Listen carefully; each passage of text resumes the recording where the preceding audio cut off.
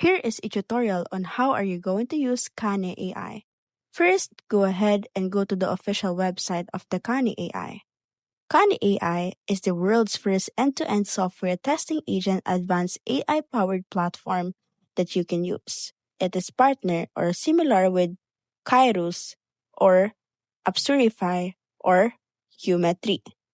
To use this, click on the sign-in options. And then afterwards, you can put on your email, username, or password if you already have an account.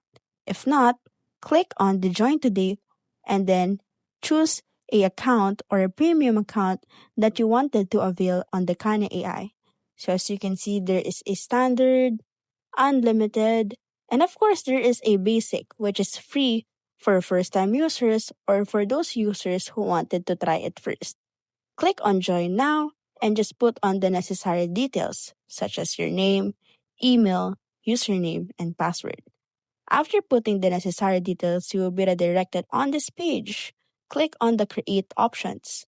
From the Create options, you will be needing to choose memory, meme, satellite, job. What do you want to do?